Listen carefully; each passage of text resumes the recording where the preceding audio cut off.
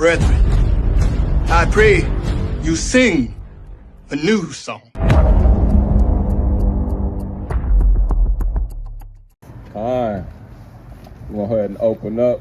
Kala Yahweh, by Hashem, Amashiach, Yahweh Shah. Man, we out here, sons of Jacob. You know, we want to teach the native, the Negro, and the Latin that we are Israelites, man. We must come back to the commandments, the Most High, having faith in Yahweh Shah. We also to speak the downfall of this wicked nation and also, you know, bring order back into the nation of Israel. You know, so we're going to start it off. Let's get Genesis 3 and 16. Bring it out. And give me 1 Corinthians 11 and 8. I got Genesis.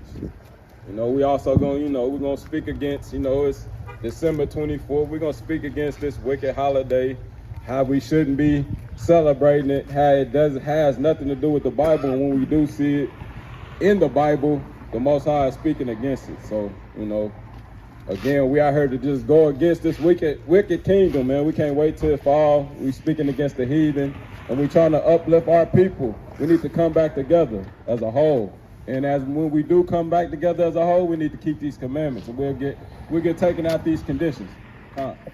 God, this is Genesis chapter 3, verse 16. Here we go. Unto the woman he said, I will greatly multiply thy sorrow and thy conception. In sorrow thou shalt bring forth children, and thy desire shall be to thy husband, and he shall rule over thee. All right, so I want to start right there because I want to deal with Eve. I want to deal with the women, man. We want to deal with the women today, especially around these holidays. You know, we see our women, you know, they need to be placed in order because a lot of times we see the women that they want to deal with these holidays, you know, and these ain't going into high holy days. These is going to holidays that has nothing to do with us, you know, so, and then they want to please the kids, you know, they want to put up Christmas trees, Christmas lights. So it's on us to bring the order back in. You know, the reason why, again, Genesis 3 and 16, it goes in, her desire should be to a man. You should be more than willing to submit to your husband, to the men of Israel. You should be more willing to submit because guess what? We already submitted. We already submitted to the Most High. We already submitted to the Most High, so now we need y'all to submit so we can all come back to this order. We all got to come back to this righteous order. And if you're not submitting, then guess what? We see that you're following the heathen. And in that heathen, he has his own gods. And it's not the God of the Most High. It's not the God of Abraham, Isaac, and Jacob. Let's get 1 Corinthians 11 and verse 8. This is the book of 1 Corinthians, chapter 11 and verse 8. Bring it out. For the man is not of the woman, but the woman of the man. Neither was the man created for the woman, but the woman for the man. Again, leaving from Genesis 3 and 16, then we get to 1 Corinthians dealing with Paul. Again, the woman was created for the man. When we didn't come from the woman. The woman came from the man. Of course, now you see that we have seeds, and our seeds is placed into the woman. But the essence of a woman is to please her man. Us being Negroes, man, we have to understand that we should not be independent. We need to depend on each other just as much as the black man needs the woman, the black woman needs the man. We do not need to be independent. That's right. We need to come back together. This nation will be that much greater and stronger if we come back together. You don't see other nations being independent. You don't see other nations of women not wanting to please their man, not wanting to be with their husband of their own fold, Why are our women choosing to not want to be with the men of their own fold? Understand that your essence is to please your man. We want to build this nation up, and the best way we build it is together. Hey, let me get 1 Corinthians 14 and 34 and 35. 1 Corinthians 14, 34 and 35. You got something? God, and this is the book of Sirach, chapter 26, verse 14. Bring it out. It says, a silent and loving woman is a gift from the Lord, and there is nothing so much worth as a mind well instructed. You got it. Nothing, man. It's nothing wrong with structure. The biggest thing is we see that the women don't want to come back to order because, you know, you have weak men. Women didn't want to listen to these weak men. Now that you're seeing men that are stepping up in their households. They are stepping up in the community, being leaders. They are stepping up. Not only, they don't want just multiple women just to have sex with them. They understand it's a responsibility when they have these multiple women, and they stepping up, taking care of these multiple women. They're not just looking to have sex with them. They coming together to bring order, to bring structure, to strengthen our nation. To strengthen our nation, it's not about just wanting to please your flesh. No, we want to build the nation. If a woman will come into order under a God-fearing man, it will only better her. It will only better her because these commandments is for the better of us. That's right. These commandments are the better for us. That's Even right. as small as a woman putting on a dress. Now think about a woman putting on a dress. If she was to put on that dress, she would become more modest. Upon her becoming more modest, when you look at her, you're going to automatically have a little more respect for her because she respects herself. So guess what? These commandments are not bad for us at all. It's just leading us into a better direction. If the mother put on a dress and cover her body, guess what the daughter's going to do? Guess what your daughter's going to do? That's why us being the head, man, you got to put your woman back under this commandments, under this structure. There's nothing wrong with, like we say, constructive criticism. Why can't we criticize the woman? Why can't we tell the woman where she wrong at? We come out here and tell the men all the time where they wrong at. And we waking back up and we coming back in order. Hey, get in y'all righteous position. Let's get back in order. Women, come on, we need y'all right on the side of us. To help build this nation. To help build this nation. Y'all get that 1 Corinthians 14 and 34? Yeah, I got it. This is 1 Corinthians chapter 14. 14. Done. It says, let your woman keep silence in the churches. Right. For it is not permitted unto them to speak, but they are commanded to be under obedience, as also said the law. And if they will learn anything, let them ask their husbands at home. For it is a shame for women to speak in the church. When y'all hear that, y'all automatically y'all think we just saying, woman, shut the fuck up and go sit in the side of, man, we're not saying that. We're saying that it's an order. What do you look like as a woman sitting up teaching grown men? Grown men. Especially when we go into this spiritual warfare, you can see, man, it's been men that come out all the time wanting to kill us, wanting to fight us. You shouldn't be in the midst of that. You shouldn't be in the midst of it. Another thing, when we go in to see that these women who are teaching these churches, look what they're bringing into these church houses. You got Christmas trees coming into these church houses. You got Halloween coming into these church houses. Hey, you got a homosexual over here in choir. You got the women on the front pew. They all naked, willing to have. Come on, man. That's what we're seeing in these church houses. So guess what? The Bible is telling us, women, be silent. Sit back in your order. Listen to the God-fearing man who's telling us to do the right thing. That's right.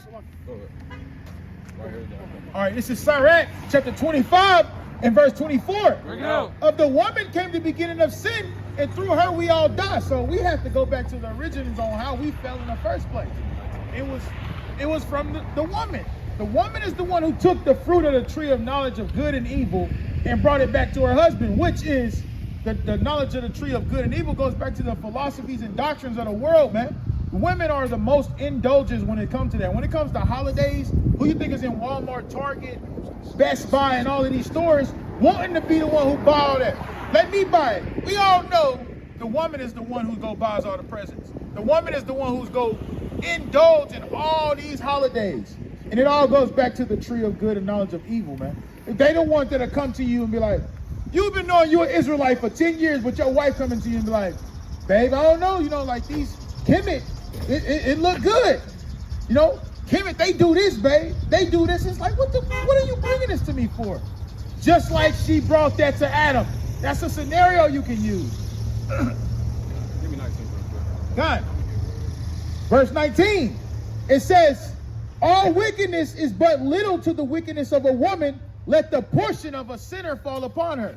Man, you really got to understand that, man, because when we dealing with women, especially in America, these modernized women, we can see that, man, y'all pushing this wickedness. Like what y'all push in the atmosphere, this feminine movement, this LGBT 2QFAG movement, all of it is wickedness, man. It's all wickedness. Like, y'all going against y'all husbands. That's wickedness. Y'all feeling like, oh, he ain't doing something, what he's supposed to. Well, I'll go to the next man. That's wickedness. It's all wickedness. It's all going against the Most High, because that's not your order. That's not even your place. Even if you dislike what your husband is doing, guess what? He's still your husband. Sit down and shut up until y'all come together and figure out, like, what can y'all do to better the situation. It's not on you to, oh, like my husband doing, I'm going to go get another one. That's wickedness.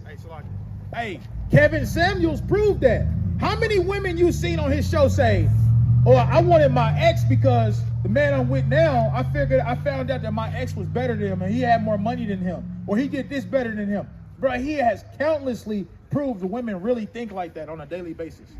Yeah, I liked it what Kevin Samuels said. He said, women think men supposed to make them happy.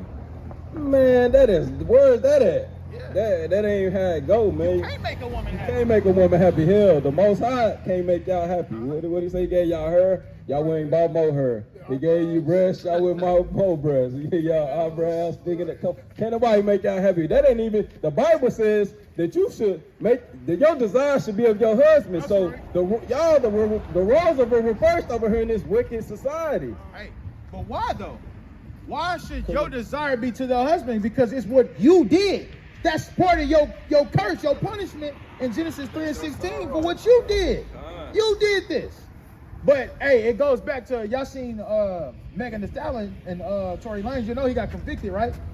They already proved she lied in court and everything, and she still won because they're trying to advance that. Just like how they're trying to take all the men out the movies and put women as superheroes. Yeah, that Woman's King. Bro, that's psychological. You all gotta of that. Think about what that's saying. All of that, bro. That's what it all is, trying to glorify the woman. Woman's King. The Woman's King. Ain't that the? Is that the? It's a movie. It's called Woman King. So she's a woman, but she's king. So she took your position. She the king, you the queen. That's psychologically what they doing to our household. Been doing to our households. They take the man out, put the woman in, let the woman be king. They did a horrible job on that movie too, because that wasn't even accurate. Like they talked about the real event of the Woman King was so terrible. They did such a horrible job as the actual history. The history behind the Woman King was so bad, but they glorified it in Hollywood. They made it a big thing for women, especially our women, to follow after that. Well, this is a scripture that Bahar brought out earlier, and I want to go back to. This is Sirach chapter 36 and verse 14. The Bible says, "A silent and loving woman is a gift from the Lord, and there is nothing so much worth as a mind well instructed." I was watching this video, and this lady, she said, "I don't even want to mess with a man that can't teach me something." So the burden of responsibility does go back to us men, of being able to teach our women, to give them instruction. Where does instruction come from? The instruction comes from the man. It comes from the man, and you're supposed to give it to the woman. She's not going to know what to do unless you don't tell her, right? But the instruction has to come from the men. We got to know more. We got to do more. We got to have more knowledge, wisdom, and understanding. We got to know how to correct a sink or the house or the cars. We got to know how to do these things. We can't just rely as men. That's what I'm talking about as men. We can't just rely on new technology. It's really destroying the household, and it's teaching us nothing, right? At the end of the day. Fine.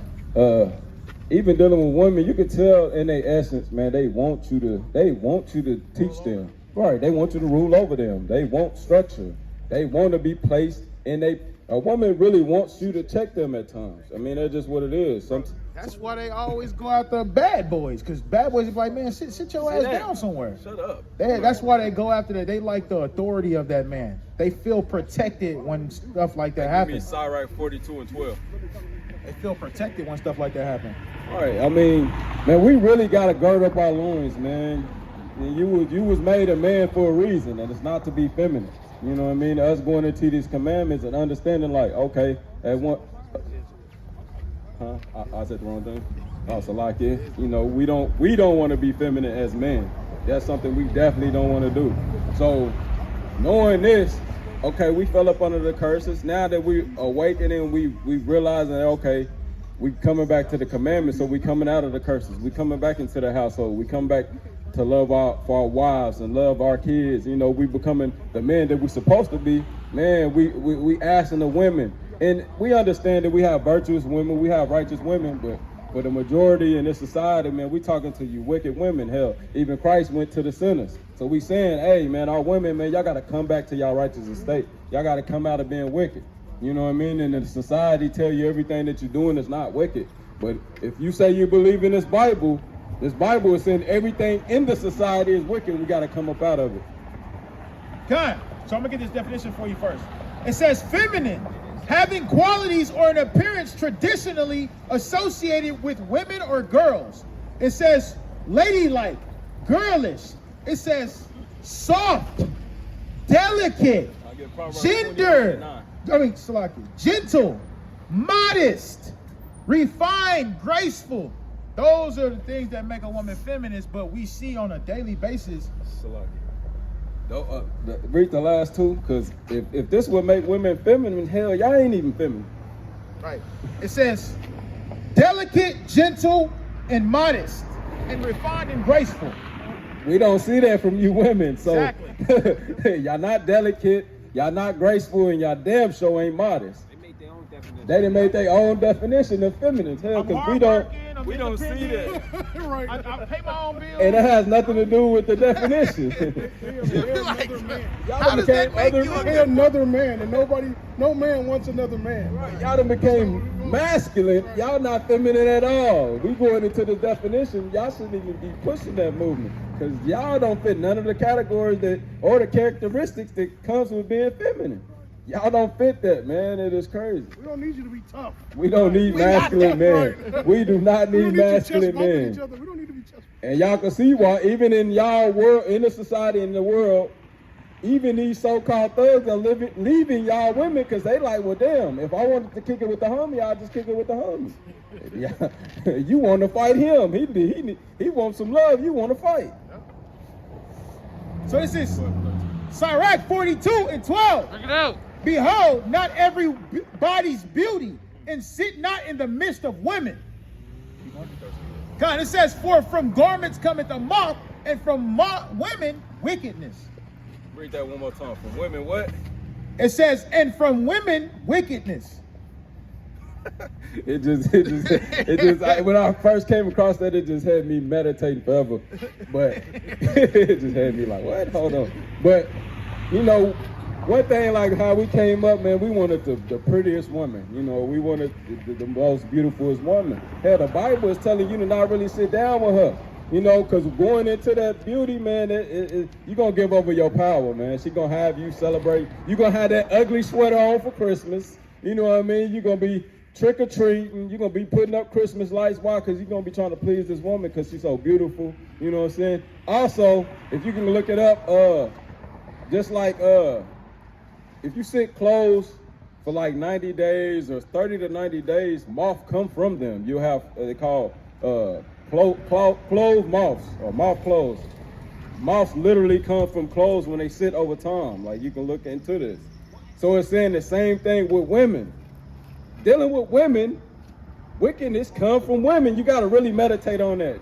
She the beginning of sin. sin. The beginning of sin. Like, you got to meditate on women, how wicked women really are. That's why we have to place women back in the order. That's why we got to make women fear God again. That's why we got to make them come back to these commandments, because we can see, dealing with women, what they allow in the society. You have more homosexual men. Come on, bro. Like, when we really look up, they damn near everywhere. You got little boys, they okaying the little boy twerking. They okaying the little boy holding his hand like this and talking like, come on, man, that's wickedness. Bro, I just found out my niece is 10 years old. My niece like girls. And I'm sitting here around my family like, how does she know she like girls, bro? She 10. How does she know that? Because of the women. And it's like, y'all let her make that decision, bro. What the fuck is really going on? Like, and they don't, and all they would say, well, that's what makes her happy. It's not hurting anyone, but it's hurting her. It's hurting her soul. You actually hurting her. She's in sin, and she was to die after she didn't commit that act, and she never repented. Guess what? That is on her soul. So we just seen a video, me and Zion. Zion showed me a video of Tazariak talking about how he was talking to this lady, and come to find out she doesn't want to submit to a man, but she was raised in a home of her mother submitting to her father, and she glorified her father being so masculine, and she loved her father. But she said she herself would not submit to a man, but come to find out, she said she would submit to a woman. So she was homosexual. I don't know if I can say that on tube, but she was, that's what she was.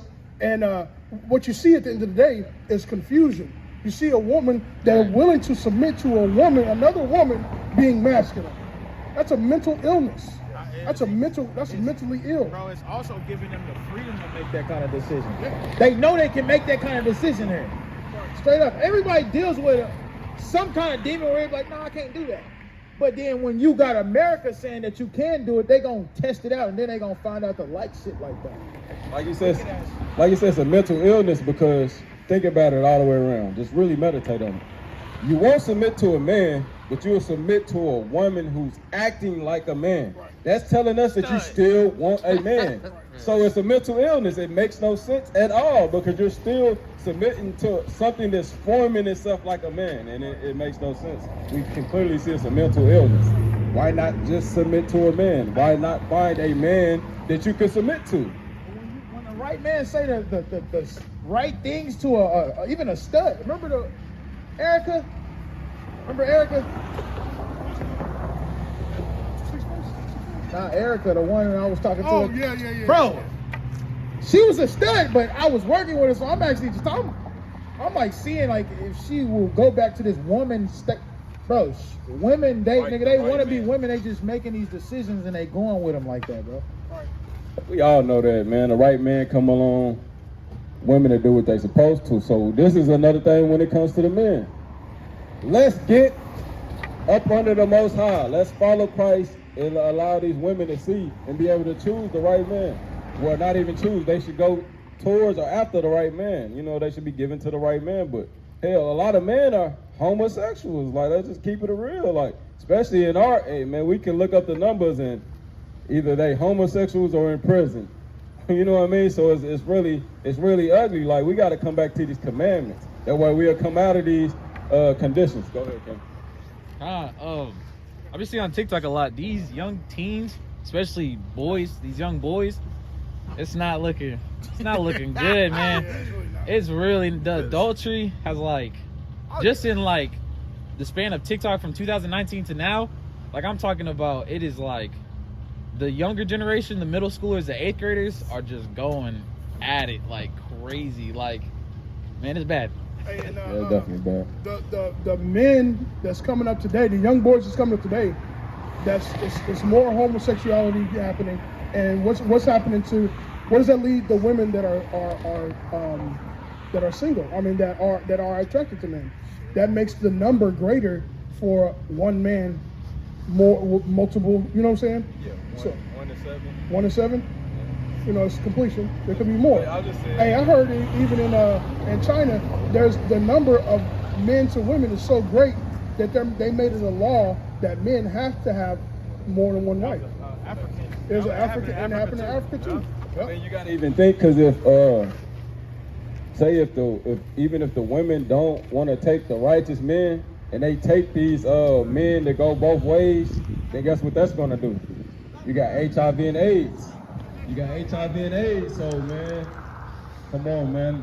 However y'all want to look at it, either y'all gonna come to these righteous men, or y'all gonna be, what do you say, like Kevin Gates said, you're gonna die with your cat, or you're gonna have to be in these polygamous relationships. I mean, it is what it is. The squeeze is being put on them. You gotta make a decision. You gotta make a decision. I mean, our captains will do a good job on this part, but for people, especially new people, what's masculine? Right? That's what Tazariak was debating that one chick on. It's a lot of confusion on what a man should look like and what is masculinity. So, could you talk on that?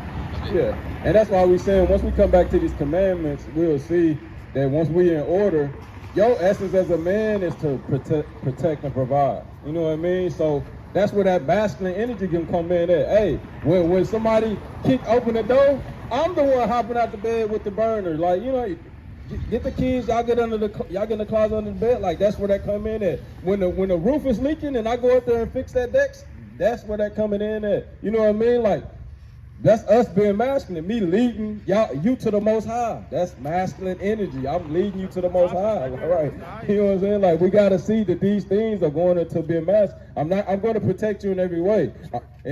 Whether it's another woman coming against you, I'm gonna make sure that my mental is strong enough that no, I'm not about to let y'all fight. You know what I mean? Like that goes into masculine energy. Masculine energy also goes into me coming with another man and we have a disagreement, but we have an agreement before we leave. We ain't always got to fight. We can agree to disagree. You know where that masculine energy come in at? Because if I hurt him or he hurt me, then guess what? I done hurt the household.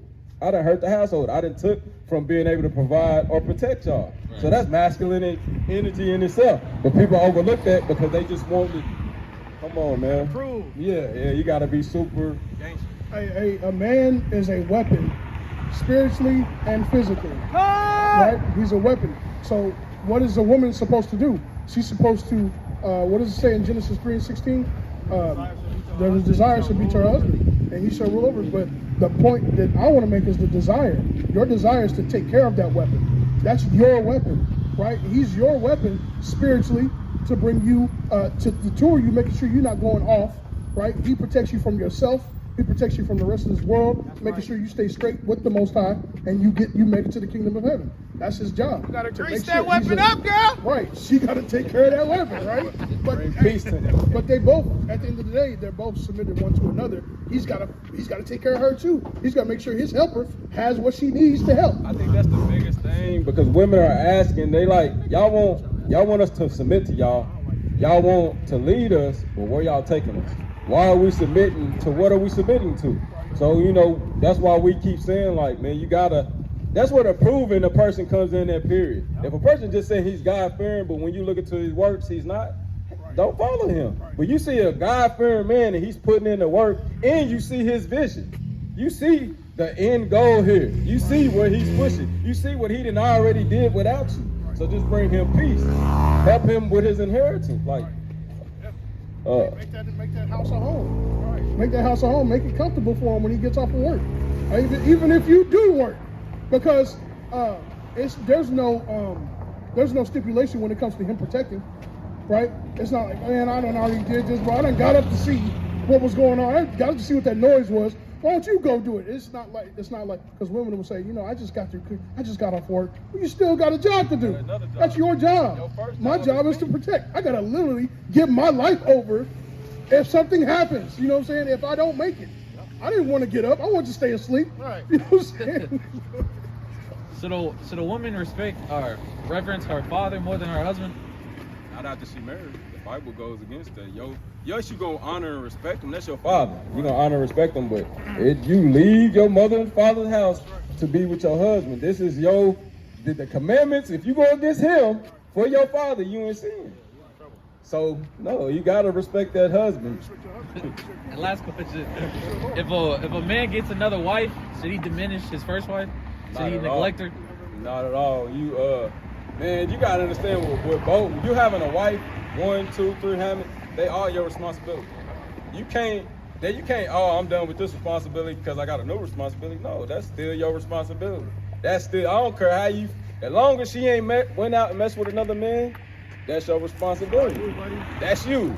To the day y'all both die, that is your responsibility just as well as that's her responsibility to be bound to you until you die. So. Nah, then it does not diminish. Actually, you know, you probably got more of a task now. You know what I mean? Y'all got something? You got a first one. This is the book 21. Exodus 20. I'll go ahead. This is the book of Exodus, chapter 21, and verse 9. Salaki, verse 10. If he take him another wife, her food, her raiment, and her duty of marriage shall he not diminish. Yeah, answering this question clear cut in the Bible. I mean, I ain't really. We just answered. They said, yeah, clear cut in the Bible. So you can't neglect. If the Bible in the law of God, it says that if you take yourself another wife, meaning you have more than one, you can't neglect neither wives, whatever the case may be. You can't neglect them physically, spiritually. You cannot neglect them. You got to take care of both of them, right? Hey, and it also goes into in the next couple chapters on wives that's hated. So it even goes into more details. If you do have a wife that's hated and one that's not hated, it gives you guidelines on how to follow that too. And the thing is, man, when you taking a wife, you can't be taking this woman just because I got somebody else to lay down with.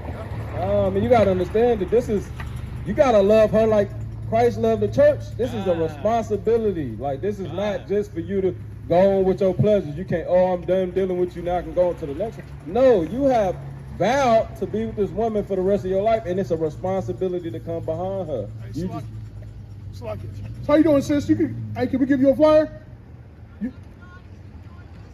Okay. So like I said, it's a protection. So you can get protected. Like sometimes taking another wife is to protect her spiritually, to make sure she's guided properly, right? It's not always about the sexual thing that, like people like to make it nowadays. Right. But it's all about sex. It's not all about sex, bro. It's about the protection spiritually, physically. It's about what she needs, like taking care of her, because the Bible, the Most High God is a father. He's not going to make sure, he wants his daughter to be taken care of. She's not supposed to be out there on her own. That was never her design. She was never designed to be independent, according to the Bible. She was always supposed to be taken care of. The same thing, like it's no way you should be seeing the women of Israel and allowing them to stay in the society, especially seeing if they don't have a head, man. Hey, become their head, bring them in and lead them to the Most High. Take them out of this society. And this is answering your question where you said, should the woman leave out of? Can you honor the father more than the husband? Yeah. This is the book of Genesis, chapter 2, verse 24. Bring it out. Therefore shall a man leave his father and his mother, and shall cleave unto his wife, and they shall be one flesh. So you're supposed to leave your household. You're supposed to leave your household and go into having your own household. Right. You know what I mean? We got a few more for you, but this is the answer to that too. It's, biblically. This is Psalms chapter 45 and verse 10. Bring it out. It says, "Hearken, O daughter, and consider and incline thine ear. Forget also thine own people in thy father's house." So the Bible is telling you, as women, to forget your own father's house when you get married. He's going to tell you why. It says, so shall thy king, which is thy husband, greatly desire thy beauty. For he is thy Lord, and worship thou him. When you get a husband, you got to forget your father to the extent. You got to forget your mother, because at the end of the day, if you decide to bring your father, hey, my father said that this is how you're supposed to do it, or my mother said that this is how you're supposed to do it. At that point, it is no longer the husband's household. It is now the father's household, because you're cleaving and submitting to your father more than you are your own husband, and that is not the design that the Father, the Most High God, set up. And again, we're definitely not saying dishonor your father or your mother, but what we're saying is once you go into you into another man's household, which is your husband. This is his household. This is his rules. You have submitted yourself to what he has going on. Not saying this avoids your father, because of course when you see your father, you respect him. But like he said, in this household, guess what? This is my household. I'm the king here, and you married me because you respect what I got going on. Of course, I might take a little advice. I'm gonna hear you out, but don't bring that in here, because this is my household. So don't think just because you said your father do it this way that I'm gonna do it this way. This is my household. Fine. Basically, long story short, the Bible teaches us order. You're never supposed to put your father before your husband. That's not biblically correct. So we just establish an order and basing it off the principles that the Most High God gave to us in the Bible. Right. That's right. And that's how it is, man. That's just honoring the Most High, because we honor the Most High first. Everything else falls in order, and you will see that we have the Most High, Christ, man, woman, and child. That's just how it is, and that's all biblical in the Bible. So what if a wife dies and the man wants to marry another, and he has children? Should he put his children before his new wife? No, that's his wife. His wife is always going to come before the children. That's just how it is. The thing be like, the society will tell us that, you know, you're supposed to please your kids, right? That's so it's like I said, if somebody get that 1 Corinthians 11:3. Once you have the Most High, you have Christ, then you have men, then you have women. After women, you will have children. So the children, that's why even like my grandmother them, when we used to come in the house, you couldn't eat until her husband ate. You know what I mean? And that's just how it is. I understand. All righty. This is 1 Corinthians chapter 11 and verse 3. It says, but I would have you know that the head of every man is Christ, and the head of the woman is the man, and the head of Christ is God. So in the Bible, he tells us order. So, you know, anytime you get into, that's the most beautiful, that's why I love the Most High so much, because he never gave us a problem without a solution. That's why we can go to the Bible for everything, because he always give us a solution to everything that you're going through. Like even the question that the woman asked, guess what? That's in the Bible. He always give you a way to escape sin. He always give you a solution. Hey, this trial is gonna come your way. Hey, guess how you beat this fiery adversity. This is how you beat it. Keep this commandment over here. I gave you the solution. I gave you the commandment to come up out of that. So he always give you solutions. All right. Okay, all right. All praises. Hey, let me get Proverbs 21:9. But like I said, at the end of the day, man, is we coming up out of these curses and as men, and we just asking our women to come out of these curses with us. You have a blessed day. Come out of these curses with us and let us thrive for the Most High and see where do we end up at after we thrive for the Most High? Because man, we done did everything else. We done tried everything else. Hell, we didn't let the woman lead the household. We done went everything. We done went to everything. Kids done led the household. We let the white man, the society lead the household. We didn't let technology lead the household. When do we come back as men and lead the household accordingly? Right. The way that we lead it is by coming back to the Bible, back to these commandments. Right. He's going to show us how to lead the household the right way. This is Proverbs chapter 21. Whoa. This is Proverbs chapter 21, verse 9. It is better to dwell in the corner of the housetop than with a brawling woman in a wide house. Man, so, you know, like I said, I'm dealing with women right now, man. We dealing with women right now, especially at this time right now, because we'll see. So like if you in a household and your woman, she want to keep Christmas, but you know you going against Christmas. Christmas ain't right. You know, it's better to not even be in that household with that woman, because she's brawling day in and day out. That's why we want women that's feminine, women that really want to submit. Because if I come in the household and you're not submit to me, you are not ready to duke with me like a man. You telling me what I should do. Wait, where that come in at? I'm the head of this household, but you telling me what I should do? You're not submitting. You in here brawling with me. Everything that I bring up, you arguing against it. Nah, we should do it this way. Nah, we should do it this way. Come on, she showed it to right. She looking me up and down like she can handle me. You know, come on, it's not. Man, it's better for you to be on the rooftop than in the household with that woman. Drop down to 19. I think it's another one, so you should be. God, it is. It says, verse 19. It is better to dwell in the wilderness than with a contentious and angry woman. Now, I want y'all to think about that wilderness. What's all in the wilderness? You got wild beasts, lions. It is better for you to be in the wilderness than be in this household with this brawling woman? Come on, just let you know how severe that we need y'all as peace. Think about when we walk out, especially as a Negro man, when you walk out the door, look at all the fighting you got to do when you walk out the door. You got to fight just to make it back in the house. Yeah. So after I done fought my job, I done fought the society, I done fought the heathen, now I got to come in the house and fight you too? Come on, where the peace at? I got you. This is Sirach 26:2. Bring it out. A virtuous woman rejoiceth her husband, and he shall fulfill the years of his life in peace. Read it again. It says, a virtuous woman rejoiceth her husband, and he shall fulfill the years of his life in peace. Man. Because once we go into a virtuous woman, you will see how much peace she would really bring a man. Because guess what? Before you got to go to work at 6. Guess what? At 4:35 in the morning, she already warmed your food. She done already earned your clothes. You know what I mean? She done already got the kids ready. She done, when you wake up, she make you smile because it's like, dang, look at my beautiful wife. Look at the peace she done already brung me. Look at the peace she already brung me, and I ain't even got my day started. That's what a virtuous woman brings to a man, a righteous man. She brings him peace. She brings him happiness. But if you know I gotta be to work at 6 in the morning, and I roll over, you ain't cook me nothing, you ain't provided my lunch.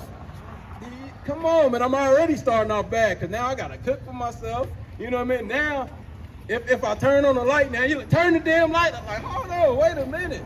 This is something you should have already been up doing. So for you know I gotta be at work at 6 in the morning, but we arguing till midnight. To midnight. Damn. You know I gotta get up in a couple hours. This is what. Look at how good a virtuous woman is to a man. Especially, come on, because at the end of the day, guess what? If you're not my peace and I can't think right, then I can't protect you right. I can't lead you right. It's just common sense. This is the book of Sirach, chapter 36, verse 24. Bring it out. He that getteth a wife, begetteth a possession. It says, a help like unto himself and a pillar of rest. And the cold thing about it is, women don't realize, guess what? When you married this man, you became this man's possession. You are his possession. You're not yours anymore. Your body's not your body anymore. You belong to him, and that's the cold thing about it. Women don't want to look at that like. Go ahead. So whenever, even in America's society, check this out. This is a crazy gem. What do you call a married man? What's his surname? Mr., right? What do you call a married woman? Mrs. So she has an identifier that she's married. What do you call an unmarried man? What is the surname? Mr. It's still Mr. No matter how you spin it, it's always going to be Mr.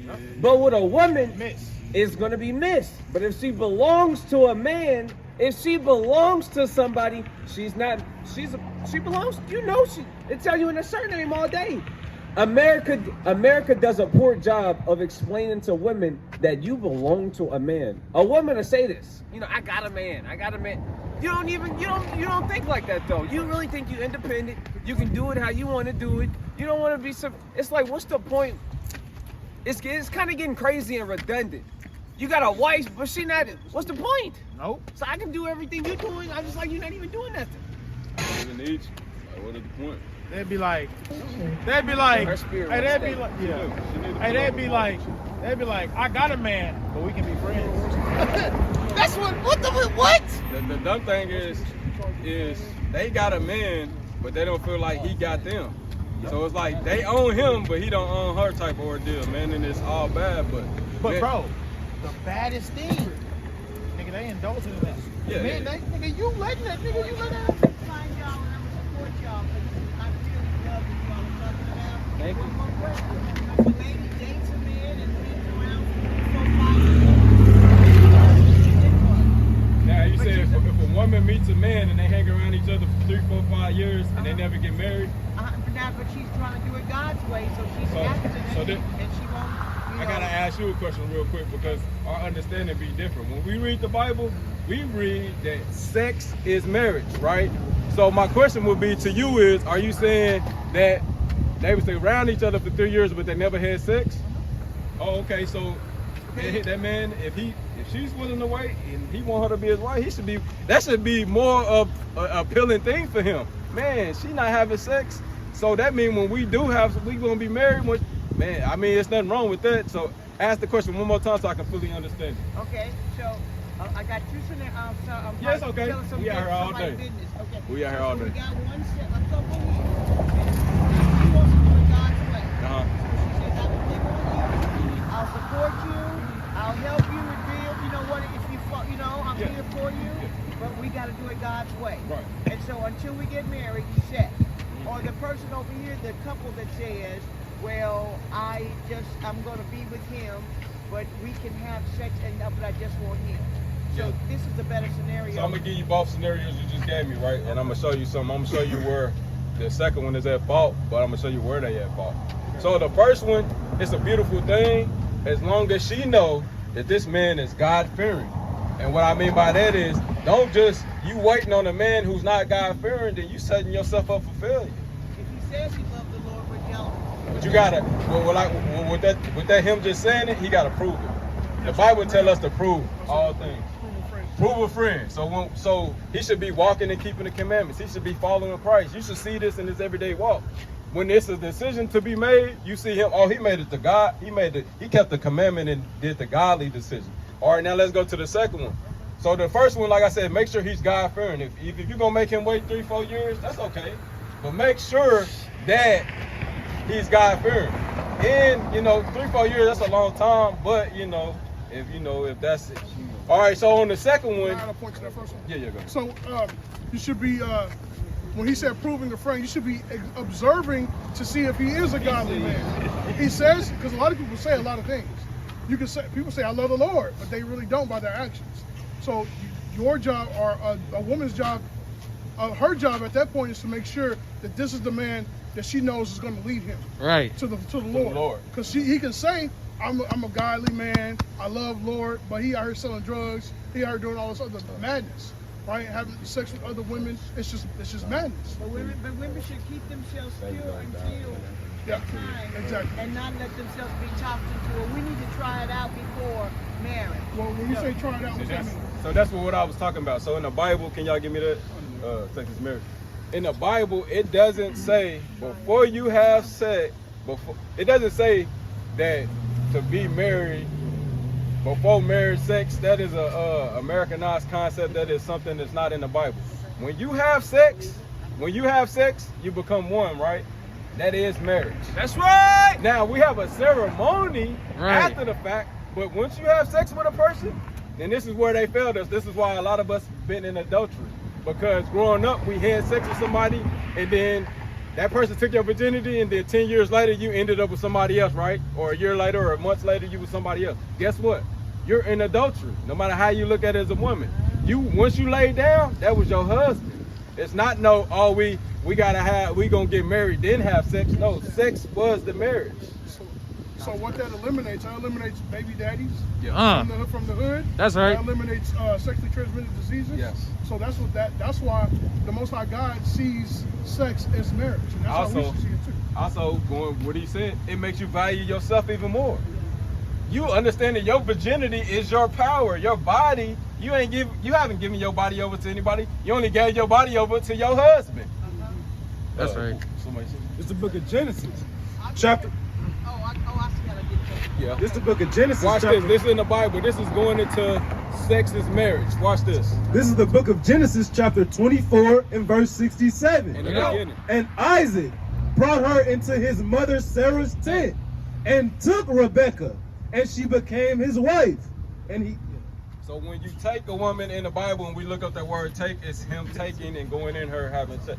She became his wife. They just went into a tent and they laid down together, and that's consummated the marriage. That's what made them married. God, this is Ruth. This is another one. This is Ruth 4:13 in the NLT. So Boaz took Ruth into his home, and she became his wife when he slept with her. The Lord enabled her to become pregnant, and she gave birth to a son. Right. So sex is marriage. They told us they want you to think I'm not having sex with you until I get married. But the thing is, once we have sex, we're married.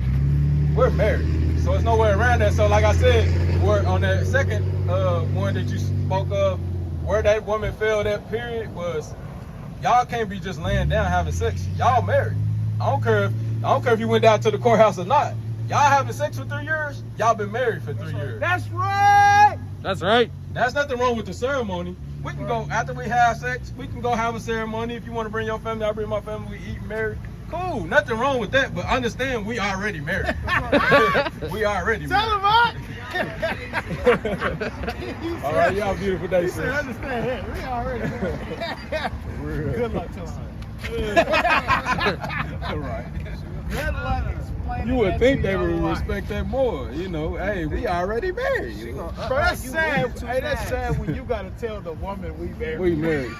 No, The girl, day we and married. time. Nigga, we ain't married. Think about the day and time. We would have never had to say that. Women is the one who really remember ceremonies. Give me Proverbs 25 and 24. But like you say, back when we was growing up, the kids, the little girl, she always wanted to be married. You know, it was, you know, I want a husband, I want a husband. Nowadays, they want to be independent. Bro, you see the one study where they did on a little girl?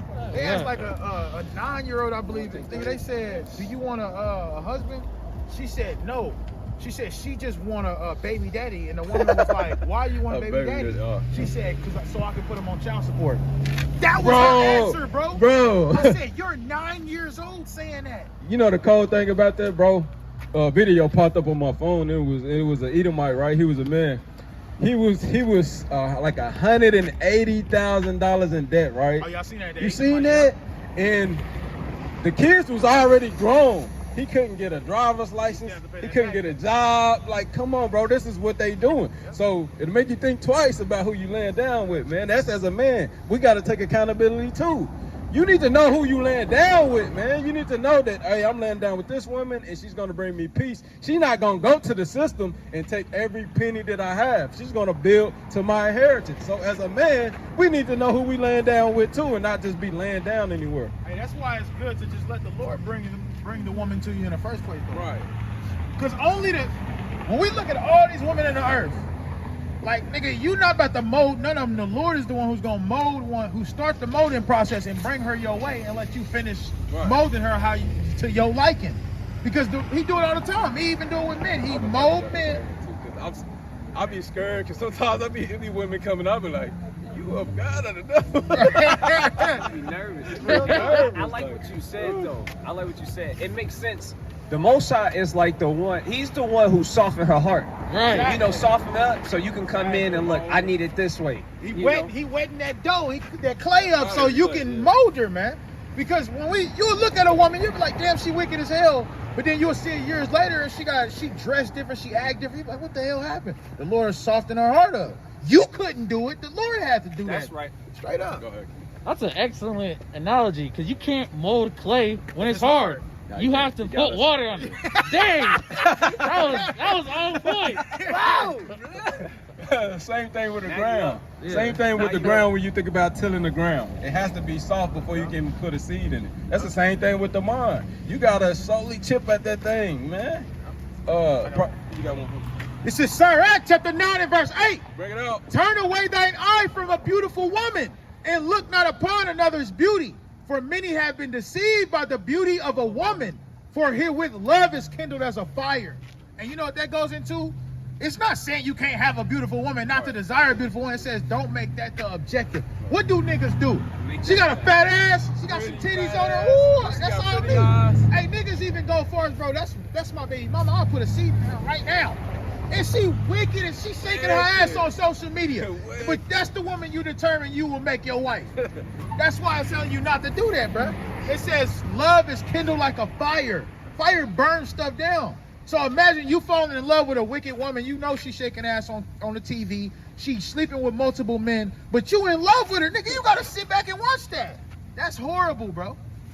That's crazy because women men really love these wicked women. Hell man. Yeah, they do. Like you say, you ain't even thought about nothing of what she stand for. Like you don't know what she believe in. You know what she bringing to the table as far as spiritual. You don't know how wicked this woman is, but because she's got a pretty face, fat ass, hey man, I'm all in. It's all like, in. dang.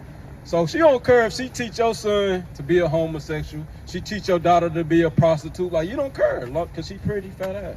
Hey, just some more game. Just some game right here.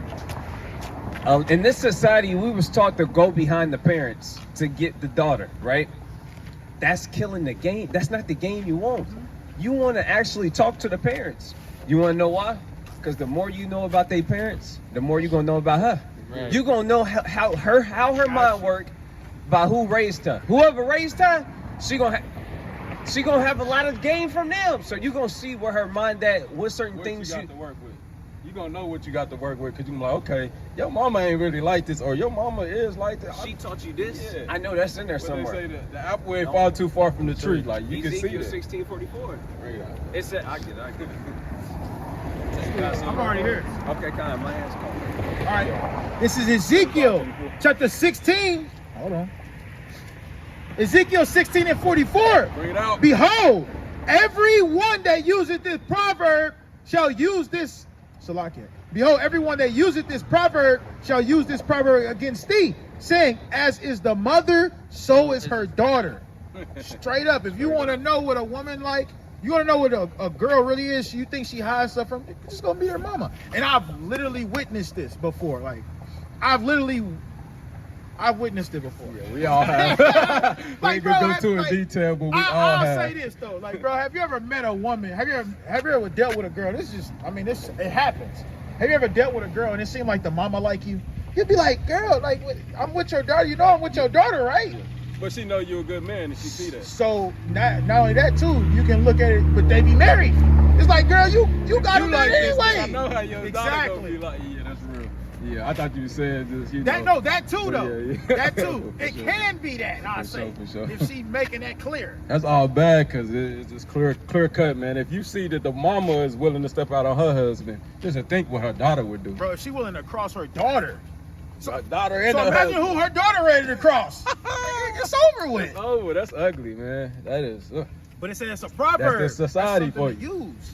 Yeah, we can't overlook that, man. This is why we go to the Bible for everything. Because who am I? I'm gonna believe the Most High. I'm not believing no man. The man that tell you, hey, man, you could trust women. Only man lie. Hell no. Nah. The Bible is telling us the exact opposite. Bro, it'd be a man that tell you happy wife, happy life. Nigga, what? All right. Like, first off, if I'm not happy, how she gonna be happy? Like, you gotta make sense to me. This is the book of Proverbs, chapter 25 and verse 24. Bring it out. It is better to dwell in the corner of the housetop than with a brawling woman in a wide house. So we ain't gonna keep beating that one, but in general, man, we know, man, that, man, if your woman is going against you and she's just bringing adversity in your house, you know, in every aspect, man, man, it's better for you to, man, you gotta put her in order, man. Man, you gotta put her in order. Man, you gotta make her in subjection to the Most High. Then, guess what? Guess what will follow from that? She will follow under subjection to you. But you gotta place this order in the household. You gotta make her fear the Most High first. If she fear the Most High, guess what? It's going to be easy for her to follow your commandments because she's going to want to obey the Most High. And the Most High told her to obey you. So guess what? You got to make sure she obeying the Most High first. Hey, so look, when we read Sirach chapter 25, Sirach chapter 26. Sirach chapter 25 is dealing with a wicked woman. Sirach chapter 26 is for the most part dealing with a righteous woman.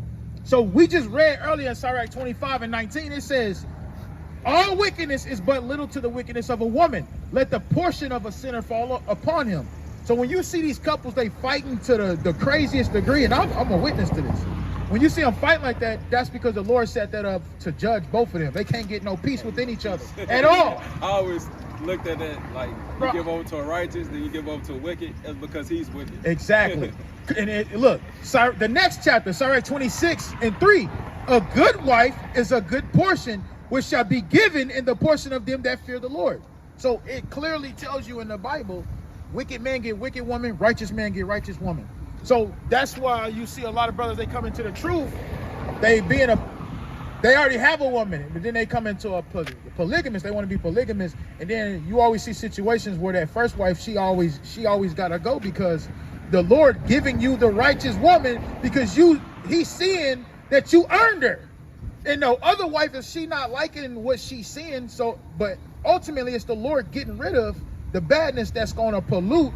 You see where I'm going with it? Yeah. And for clarity, he's not saying put away that first wife. He's just saying most that. Likely she's going to want to leave on her own. Yeah. And then Most High send her, he's sifting her out. It tells you that in Ecclesiastes 7 and 26, it says that the Lord will find you a way to escape her. If she commit adultery, my hands is clear, I'm good. I'm good now. We had a good time, though, going about your way. Hey, give me that Sirach 25. I think it started on 15. No, it started on 16 to 17. Yeah. But you will see she get sifted out, man. If that uncleanliness is going into adultery. So once that woman step out and go mess with another man, guess what? Your hands is clean. Sirach 25. Yeah. And I'm going to adultery. We're going to talk about that. Because adultery is supposed to get put to death. Well, nowadays we can't put it to the. I'm gonna show you. Oh, okay. All right, so this is Sirach 25 and 14. You said what? 17. I'd rather dwell in the house. Yeah, 16. I had Sirach Sirach 25 and 16. Bring it out. I had rather dwell with a lion and a dragon than to keep house with a wicked woman. It says, the wickedness of a woman changeth her face and darketh her countenance like sackcloth. Her husband shall sit among his neighbors, and when he heareth it shall sigh bitterly. All right, so going into that, man. Yeah, it's cold. Going into that, you will see, man, this wickedness of a woman, man. Her countenance, everything about her is darkness, it's wickedness. Guess what? That's going to push off on you and bring you misery. When you're around your brother, you're going to hear the wickedness of what this woman is out here doing. Yeah. You know, you're going to feel that. Because guess what? That's your real. So what she got going on is going to fall back on you, man. And again, like I say, it just show you going into these wicked women, like, man, it's better to not be around them. If you're not going to place order into her and make her follow the Most High, guess what? You setting yourself up for failure. You gonna fail. And that's how you can, you don't gotta really ask them questions. You just, hey, you serve the Lord? Are you willing to serve God? They're gonna let you know what kind of woman they are right then and there, straight up. Hey, can I get that Isaiah 3 and give me that Jeremiah 10? Isaiah 3 and 12, Isaiah 5 and 20, and Jeremiah 10 and 1. I got Isaiah 3 and 12. So this is Isaiah chapter 3, verse 12. Bring it out. As for my people, children are their oppressors, and women rule over them. O my people, they which lead thee cause thee to err, and destroy the way of thy paths. So, you know, again, like I said again, dealing with the curses, we seen the women leading the household. But we also see that, you know, that them leading the households has just became oppressive to the men. When it comes to us coming back in the household to place order, you know, the woman, she like, you don't make enough money to tell me to do anything. You know, I make more money than you to, you know, no, we're going to celebrate Christmas. You know, we see the oppression of going into Isaiah 3 and 12, and that goes into the curses. That's why we're saying we're going to come out the curses, get back in order, keep the commandments, and then guess what? Man going to guard up your loins and you become the head of the household, man. It's just that simple. Yes, okay. God, this is Sirach chapter 33 and 19. Bring it out. It says, give not thy son and thy wife, thy brother and friend, power over thee while thou livest, and give not thy goods to another, lest it repent thee and thou entreat for the same again. So you don't want to give these people power over you, because you're going to regret it at the end, especially because the situation we're dealing with, a woman, you will put all this energy and power into a woman, and then you'll find out she was never for you, bro. Never for you at all. Then guess what? You got to entreat again. You got to start all over, right? And that's, you know, that's the most hurtful part of the relationship, is the ending part of it. Because, bro, and I mean, let's be clear here. Let's just be clear. Men are the ones who mope around and they cry when the end of a relationship. Mm-hmm. Women are the one, they already, nigga, like, let's be real. A woman, when she leaves, she already made up her mind months ago. So she already knew what she would do. Bro, a woman she'll scream, cry, she'll do all this. That's a sign that she ain't found nobody else yet.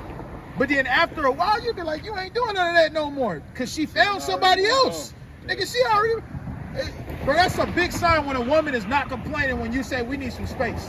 She be like, oh yeah, cool, I agree. Yeah, she done already moved on mentally, spiritually, emotionally. Once that's the thing with women, you can tell, like, when they done with you emotionally and spiritually, you can really feel them move on. Like, you'll know when a woman really done with you. Now, let me get to Isaiah 5, because again, with you know, this society tell us that good is evil and evil is good. They'll tell you that it's okay for your kid to choose what sex that they are. You know, it's okay for them to be same-sex marriage. But then it's not okay for you to for you to whoop them or to place them in order. So they saying evil is good and good is evil, and the Bible speaks on that. Isaiah 5 and 20. This is the book of Isaiah, chapter 5 and verse 20. Bring it out. Woe unto them that call evil good and good evil, that put darkness for light and light for darkness, that put bitter for sweet and sweet for bitter. So the reason why I want to grab that is because I want to go into Jeremiah 10. Jeremiah 10 is going into Christmas, and they're telling us that this is a good thing. But when we read the Bible, it's an evil thing. So that's Isaiah 5 and 20 is telling us that y'all telling us good is evil. Y'all telling good is evil and evil is good. But, you know, and that's going into Christmas. Christmas is an evil thing that the society that women is is telling us that it's good, but it's evil. The Bible is literally telling us that it's evil. Let us get that Jeremiah 10, start on verse 1. The Bible is literally going against Christmas, but you know, the society is telling us that it's a good thing. Women is telling us a good thing. Kids are telling us that it's a good thing. But when we go into this Bible, we see that it's not a good thing. So again, we're gonna go and let y'all hear it again straight out the Bible, how the Bible is condemning Christmas. The Bible is telling y'all to come out of Christmas. When we go study on Christmas, guess what? It had nothing to do with Christ. It has nothing to do with Christ. Con, this is the book of Jeremiah, chapter 10, verse 1. It says, hear ye the word which the Lord spoken unto you, O house of Israel. Thus saith the Lord, learn not the way of the heathen, and be not dismayed at the signs of heaven. For the heathen are dismayed at them. Watch this. For the customs of the people are vain. For one cutteth a tree out of the forest, the work of the hands of the workman with an axe, and they deck it with silver and with gold, and they fasten it that with nails, with hammers, that it move not. All right, man. So the custom of the heathen is vain. Guess what, Israel? Negro, Native, Mexican, Latin, Hispanic. Hey, guess what? We Israelites, we're not heathens. We shouldn't be taken upon this heathen custom. And this heathen custom is going into putting a tree in your house, decking it with these ornaments. Guess what? Hey, that's Christmas. We shouldn't be doing this at all. Hey, what it say? It says, be not dismayed at the signs of heaven, for the heathen are dismayed. What they put at the top of the Christmas tree? A star. A star. Bro, they are dismayed at the star. Dismayed. But a star don't even look like that. No. Show us a star that look like that in the heavens. Right. They don't look like that. We even see them, they dismayed. They up dismayed with the heavens all the way around. You see them got they got a space department in the military now. Like they Galaxy is still like they dismayed with the heaven. Like the Most High didn't tell you to do that. He did not tell you to do that, man. So we got. Crack the dome. You don't know what the hell that'll do if you crack that dome. Come on, Why man. are you playing? Why we? with the universe? Because they think they God. All that is vain. Why would you? Because they were like, they want you to believe, oh, well, I'm not worshiping it. But guess what? When you done went down and you done put that gift up under that tree, that star's over your head. Come on, you coming under subjection. You bowing down to this. Guess what? Spiritually, because y'all want to say we're not moving in the spirit. Y'all not moving in the spirit. Y'all ain't got the Holy Spirit. Okay, well, spiritually, guess what you're doing? You're in idolatry. Let's deal with the spiritual part then. Since you don't want to see the physical, spiritually, you're in idolatry. You're giving over your spirit to this tree and whatever comes behind this tree. This tree is dumb. It has no life in it. You got to make it stand. Come on, man. The Most High is telling you to come out of there. He's telling you to celebrate the Feast of Dedication. That's right. But you want to be over here dealing with Christmas. Come on, man. Then y'all want to say the gifts. Okay, well, the Most High gave us a month that we can give each other gifts. And it ain't for Christmas. It ain't December 25th. Come on, man. Y'all have no excuses. And it's crazy. You got holidays and high holy days. This is a perfect example of choose who you gonna serve, man. Man, choose who you gonna serve today, man. Because me and my house, we serving the Lord. That's right. For real. Hey, y'all got something? Let me get Ephesians 5 and 22. Hey, look. So it says, first, let me. All right, let me get Ephesians 5 and 22. Oh, let's read down to 24, and then let me get 1 Timothy 2 and 12. This is the book of Ephesians, chapter 5, verse 22. Bring it out. Wives, submit yourselves unto your own husbands as unto the Lord. We're going to just slowly deal with that one real quick. You have to submit yourself to your husband. Just like, come on, man. As unto the Lord. Y'all don't want to deal with that, man. Y'all do not want to deal with that, man. Just like we're submitting as men, we're out here sacrificing our bodies, submitting ourselves to the Most High God. If you're going to come over here and deal with any one of us, guess what you're going to have to do? You got to, man, all in my inbox, man, guess what you're going to have to do? You come over here. You got to submit yourself. Ain't no thinking you're going to come over here, oh, I got to make you happy. No, understand, you're going to submit yourself, and we're going to please the Most High. Guess what you're going to do? Your desire is going to be to your husband. You're going to have to, come on, man. It says, for the husband is the head of the wife, even as Christ is the head of the church, and he is the savior of the body. Just like Christ is our heads. Just like Christ is our heads. Guess what? Your head is going to be your husband. Your head is going to be a man. Guess what? You have to subject yourself to what he has going on, his vision, his household. You have to submit to that. Just like we submitted to Christ, just like we are submitting ourselves to follow Christ. Your body is not your body no more. Guess what? That's my body. You can't do what you want to do with it. You know, I gotta love you just like Christ loved the church. Guess what? I have a responsibility to lead you to the Most High, to love you accordingly. I gotta love you like I would want to be loved. But guess what? You're not gonna come in here and think that you're gonna rule anything. You're gonna fall up under subjection. Like, we done with that. Like, that's over with. Verse 24. Therefore, as the church is subject unto Christ, so let the wives be to their own husbands in everything. Key word is everything. Everything. If you want a husband and you dealing with a God-fearing man, guess what, man? When he say go, everything. You coming in here, man, I don't care if he be like, hey, man, in my house, we keeping a toilet seat up. Guess what? That's what that man want to do in his household. That's what you're gonna have to figure it out. You know what I mean? That's just what it is. And that's minute, but I just want to show you just everything. Literally everything, you know. And when you're dealing with a God-fearing man, you don't have to worry about doing nothing stupid. You don't, because no God-fearing man is gonna have you doing nothing outside of what you're supposed to be doing to please the Most High. That's why I tell you in Corinthians, he is judged by no man, because he is a spiritual man. He gonna do what he got to do. Do what he's supposed to, according to the Spirit. He gonna do what he's supposed to. He not gonna have you out here looking crazy. He not gonna have you out here leaking. He gonna have you out here righteous. Hey, I bet you the righteous man, he ain't gonna have you out here looking as crazy as these worldly men. Hey, come on, man. Bro, these niggas get caught sleeping with other men. It's like, bro, and like, bro, yes, bro, it was this girl. She I guess, Forgiato, something, Fivio. Forgiato. I don't know what that nigga name. Rennie Rucci or something like that. Bro, his baby mama came on YouTube Live and explained how this nigga's her baby daddy, this nigga, a famous celebrity rapper, explained how this nigga was gay, explaining what the nigga was doing in bed, how she said he be moaning, saying other men names and shit. She exposing it. It's like, but y'all choose these kind of men. They definitely choose them. That's the key. Like, you knew he was gay a long time ago. What making you speak something about it now? Bro, any man that's just, all he want is booty. When when a man thinks like that, bro, he will go so far where he'll take a man. If he can't get a woman, he'll take the next best thing. A man that constantly desires to think about vagina, bro, if he can't get there, he gonna go to the next best thing, bro. Yeah, straight up. That's where it goes into putting your body under subjection, man. Yeah. You need to go without sex for a while, though. It's okay. Hey, put your body under subjection, man. And that's why your wife being unclean is a good It's part a out good of part. that. Yeah. Good out of that. You can't touch your wife every month, man. That's you see why? Because you need to be building yourself up to have to be able to restrain. And you need to be able to restrain, man. Because, man, first off, you're gonna have enticing women.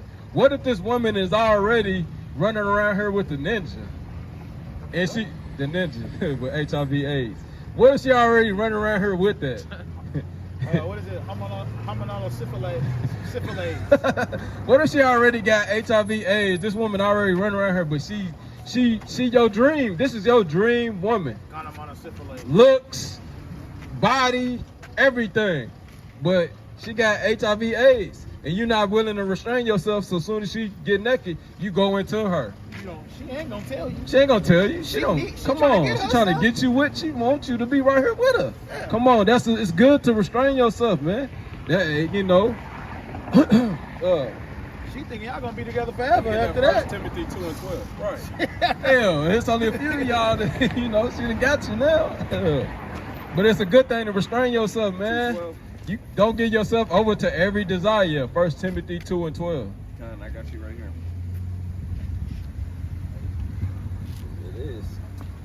This is 1 Timothy chapter 2, verse 12. But I suffered not a woman to teach, nor to usurp authority over the man, but to be in silence.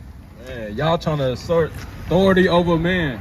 It doesn't make no sense, man. Especially when we see things like this, like, you're not gonna find no woman out here teaching in this cold air right now. Get out of here.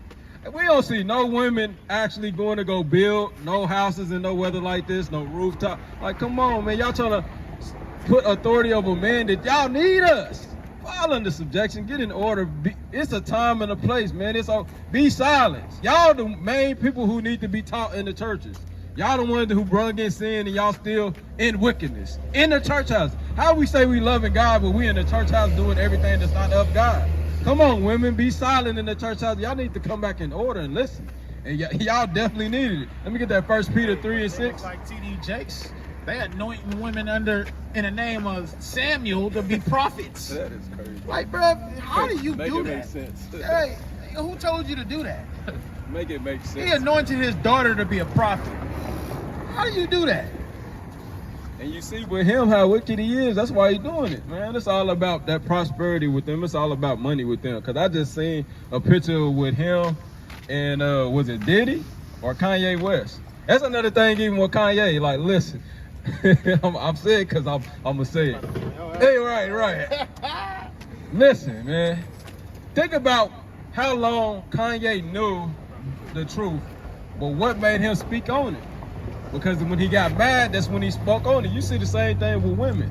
You know, when they get mad, that's when the truth come out, man. Y'all gotta, he's a vessel. The Most High is using his vessel. Y'all gotta understand that the Most High is using his vessel. What have he done and proven for his people yet? Y'all gotta open up your eyes, man. It's the book of 1 Peter. Chapter 3 and verse 6. Read it out. Even as Sarah obeyed Abraham, calling him Lord, whose daughters ye are, as long as ye do well, and are not afraid with any amazement. Man, just like Sarah called Abraham Lord. Understand, when you get a husband, that is your Lord. He is your master. You fall up under him. That's just what it is. Like, this is the thing. If you're not willing to do that, then just say you don't believe in the Bible, you don't believe in God, and you're not dealing with it. Go about it like that. Don't say you believe in God, you love God, because you can't.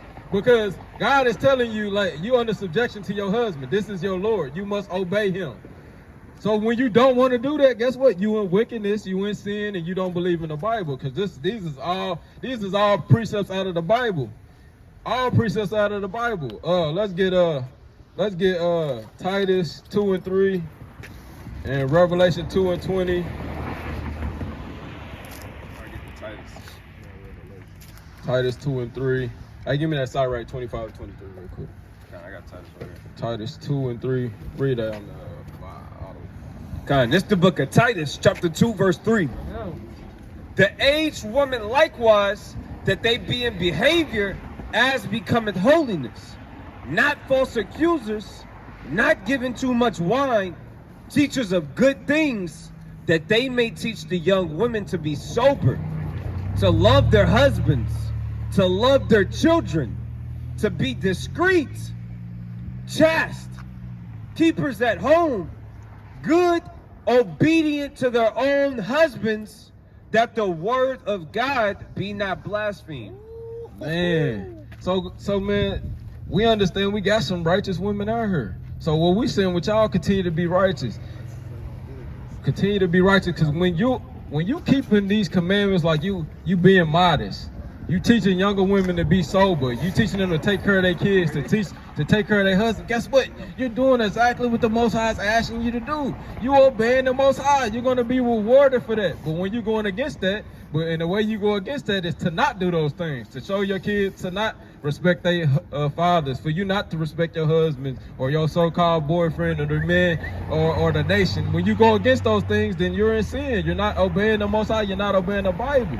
It's just that simple. But for our righteous women, keep doing what y'all doing, man. Because the nation needs it. We need it. And these women that's in wickedness, they need to see somebody doing it. So we ask y'all to continue to keep doing it. Continue to be modest. To continue to be sober. Continue to be great wives for y'all husband, man. Keep up the good work. Like I said, we going into this to talk to the wickedness of the women, but we still want to exhort the righteous women. We still want to exhort y'all because, man, there's not a lot of y'all out here. There's not a lot of women out here submitted to their husband, being faithful to their husband, raising their kids, you know, fearing the Most High, keeping these commandments. It's not a lot of women out here like that. So you virtuous, righteous women, man, we want to exhort y'all too. We want to speak. Just want to say the water and continue to do the work. Hey, so it said in that it said in that verse, the last thing it says that these women are supposed to be doing this so that the word of God be not blasphemy. So when we go to blasphemy, it goes into evil spoken. So evil spoke of. Like, so people can't say, man, there ain't no righteous people. Look how they women act. Like we did with the Black Panthers. Right? So it says slandered, detraction, speech injurious to another's good name. And it also tells us too, it says do not have a gospel to be blamed. Let me find it. Yeah, don't have a ministry of the gospel to be blamed. Right. That's what you read, eh? Is it? Yeah, No. Again, yeah, like he said, if you righteous, you a God-fearing man, then you got a wicked woman on your side, then most likely you're going to see that people are going to have something to say against the ministry. Because they're going to be trying to figure out, well, why she not modest? Why she not in order?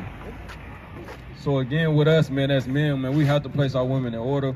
We got to make sure that we place instruction. These structures is being placed by keeping these commandments, man. This is 2 Corinthians 6:3. Bring it out. It says, give no offense in anything that the ministry be not blamed. Straight up, man. Right, so you're not being modest and you saying you God-fearing, or you claiming you're a Hebrew Israelite woman and then you're not keeping what the Most High is telling you to do. Guess what? You giving chances for them to blame the ministry. You taking the Lord's name in vain. Men and women can do that. Men and women can do that. So a woman can blame the gospel. She can have the gospel blamed just by her actions on not obeying her husband. That's simple. That's easy. Now let me get that 1 Peter 3. What is it? Shalaki. Yeah, you're right. Revelation 2 and 20. And Sirach 25 and 23. Let me get that Sirach 25 and 23 first. And we're going to close out with your precept. This is getting trill out. 2 and 20. Let me get that Sirach 25 and 23 first. I might have to grab it right now. I got Revelation. You got Revelation. Yeah, get Revelations 2 and 20. We're going to get this Sirach 25 and 23 first. 25 and 23. I had it too. Let me get it. I did Proverbs 12. It's all right. You said get what? Proverbs 12 and 4. And again, the women out there, y'all go into that Proverbs 31 and just read it. You know, it's a short chapter, 31 verses. Man, read it. Just help you. It's just gonna help you to bring in characteristics that maybe you leaving out, man. And you know, you can go into that virtuous woman just to see what being a virtuous woman is. We ain't gonna go too in depth in it, but This is the book of Sirach, chapter 25, verse 20. Bring it out. 23. A wicked woman abateth the courage, maketh a heavy countenance, and a wounded heart. A woman that will not comfort her husband in distress, maketh weak hands and feeble knees. man, you gotta think about that. So, a wicked woman, like I said, if you're not bringing him peace, you bringing in a quiet storm. Don't nobody see when them doors close what you doing to this man, how you acting towards this man. You giving this man hell. Guess what you're doing? You're weakening him, especially if he's going out to try to better the nation, build the community. He's going to work to provide for you, but you bringing him a quiet storm, a subtle storm. You just bring, man, you weakening him. You're weakening him all the way around. He can't build the nation. He can't help the community. He can't go and provide for you at work. That's what that precept is going into. You man, you can't be this quiet storm. You can't be this headache for this man. You got to bring this man peace, because you will weaken this man. That's right. The Lord gonna weaken your ass. Right. This is the book of Revelation, chapter 2 and verse 20. Bring it out. Notwithstanding, I have a few things against thee, because thou sufferest that woman Jezebel, which calleth herself a prophetess, to teach and to seduce my servants to commit fornication and to eat things sacrificed unto idols. That's 21. And I gave her space to repent of her fornication, and she repented not. I know why you stopped there. We'll talk about that after you will talk about that. I'll show you. I know why you stopped there. I know why you stopped there. I'm gonna show you. I'm gonna show you because we ain't supposed to be doing that. Because you remember, we'll talk about it. I say just go ahead. My bad. It's deep though. So dealing with that, with this woman right here, this Jezebel spirit. We see a lot of our women have this Jezebel spirit. They even have this Jezebel spirit in the churches. But also dealing with that us drinking this doctrine of this society of what it's telling us to do, whether it's Christmas, these holidays, you're being okay to be a lesbian, a homeless, going into these things. Guess what? This is that Jezebel spirit. As a woman, you have to come out of that spirit. You have to come out thinking, oh, whatever makes you happy, it's okay. No, that ain't how it go. You must live accordingly, according to this Bible. You know what I'm saying? What'd you say? So it's not even light. Right. Everything ain't supposed to make you happy. No, nowhere around. You know, again, going into dealing with eating, like y'all giving out these Christmas cookies and going to eating turkey for Thanksgiving. What they serve on Christmas? What food they serve? The same thing they serve on Thanksgiving? Yeah, that shit is all idolatry food. We ain't supposed to be eating that. I don't care how you look at it, man. We ain't eating it. It's going into another god, man. And just this whole society, man. Anything dealing with the society, we must come up out of it because we can see that it got a Jezebel spirit. Damn near everything in this society is going into a deity, and these deities going into different gods, and these different gods was literally going into most of the time was them having orgies, going into these sex, you know what I mean? Idolatry, just fornication. This spiritual fornication, us giving ourselves over to these different spirits, and these spirits is going into these fertility gods. We must come up out of this. We have to come up out of this as a whole, as a people, man. This Jezebel spirit, we got to kill it. We got to place the women back in order. We got to tell her, hey, we ain't dealing with none of these holidays. We dealing with these high holy days. You know what I mean? Hey, and we can't say that's not an easy spirit to get rid of, because we got to think about it, like this Jezebel spirit first came in a time of King Ahab and Jezebel. And that spirit is so powerful, it's still lingering up to today. Even the Christian, that's Jezebel. So that spirit is still here and it's real. All them, like, the stuff we see women do, they just gotta look pretty to go to fucking Walmart to get some groceries, stuff like that. That is Jezebel's spirit, right? They gotta look beautiful, and the inside of them is horrible. It's like a sepulcher, like Yahweh said. Bro, I literally seen a woman, it was Friday, and she went in the whole Friday doing her Jezebel thing, you know, whatever she, sucking in, you know what I mean, doing what she do. And come Sunday, she was back in the church like that Jezebel spirit wasn't there the whole weekend. Like, come on, man, you gotta, our people has to come out of that. We have to come out of being wicked until Sunday. Like, come on, bro. It does not work like that. You can't be in sin all day, every day, and then one day, hey, yeah, okay, I'm going to give it to the Most High. No, it don't work like that. You got to get rid of that Jezebel spirit. That's men and women, though, man. We got to come out of this society. We got to come out of everything that's of sin. We got to come back to these commandments. Y'all got something, King? Before I close out. Oh, it's cold, man. Okay, we're going to go ahead and close out. Kala Yahweh, Bahashem, Amashiach, Yahweh Shah. That's all honor and glory goes to the Most High God, Yahweh, and His only begotten Son, Yahweh Shah. Man, again, man, we just come out to condemn this wicked society. We cannot wait for Esau's age to end and Jacob's to begin.